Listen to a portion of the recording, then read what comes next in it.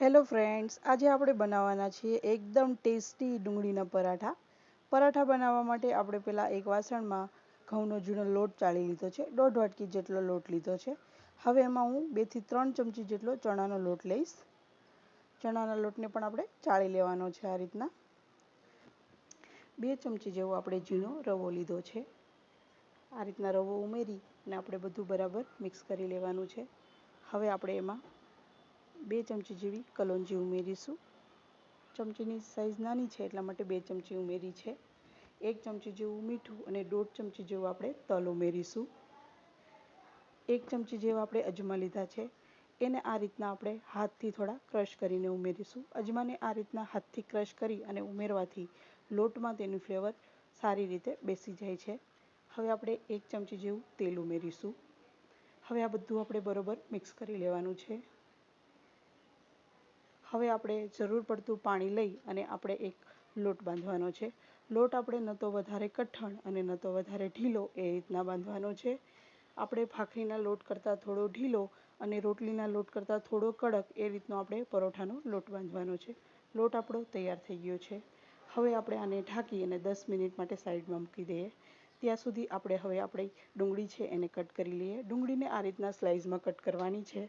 પતલી સ્લાઇસમાં ડુંગળીને કટ કરી લેવાની છે. આ રીતના હું બધી ડુંગળી છે એને કટ કરી લઈશ. ડુંગળી કટ થઈ ગઈ છે. હવે આ રીતના હાથથી થોડું મેશ કરી અને આપણે ડુંગળીને એકબીજાથી છૂટી કરી દેવાની છે. હવે આપણે એમાં થોડા મસાલા ઉમેરીશું. 2 ચમચી જેવું લાલ મરચું પાવડર ઉમેર્યું છે. મરચું અહીં મોળું છે એટલા માટે 2 ચમચી ઉમેર્યું છે. જો તમારું મરચું તીખું હોય તો 1 ચમચી જ ઉમેરવું. 1 ચમચી હળદર અને 1.5 ચમચી જેવું ધાણા જીરું પાવડર ઉમેર્યું છે. થોડો ગરમ મસાલો ઉમેર્યો છે અને અડધો મેગી મસાલો ઉમેર્યો છે. મેગી મસાલો ઉમેરવો અહીં ઓપ્શનલ છે, પણ જો હોય તો ખાસ ઉમેરવો. આનાથી ટેસ્ટ ખૂબ જ સારો આવશે. હવે આપણે 2 લીલા મરચાં લીધા છે એને આ રીતના ઝીણા કટ કરીને એડ કરી દેવાના છે. હવે થોડા ધાણા ઉમેરીશું. હવે આપણે બધું બરાબર મિક્સ કરી લેશું. આ રીતના મસાલો અને ડુંગળીને આપણે બરાબર મિક્સ કરી લેવાનું છે. તો મસાલો આપણો તૈયાર થઈ ગયો છે. હવે આપણે લોટને ચેક કરી લઈએ.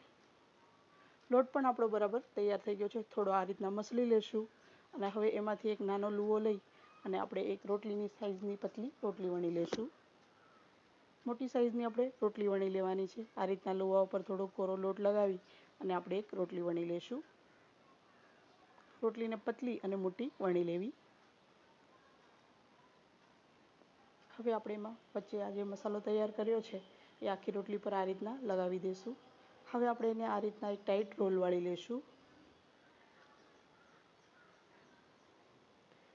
આ રીતના રોલ વાળી અને આપણે સાઈડની જે એને બંને સાઈડ છે એને બરોબર આ રીતના ફિટ કરી લેવાની છે, જેથી આપણો મસાલો ત્યાંથી બહાર ના આવી જાય.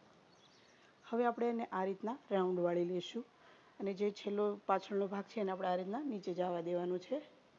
હવે આપણે કોરો લોટ લઈ લઈશું અને આપણે પરાઠાને એકદમ હળવા હાથે વણવાનો છે. આ રીતના એકદમ હળવા હાથે આપણે પરાઠાને વણી લેવાનો છે.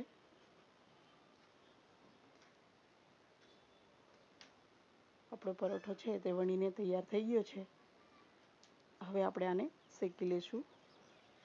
આપણે ગેસ ઉપર એક તવી મૂકી દીધેલ છે.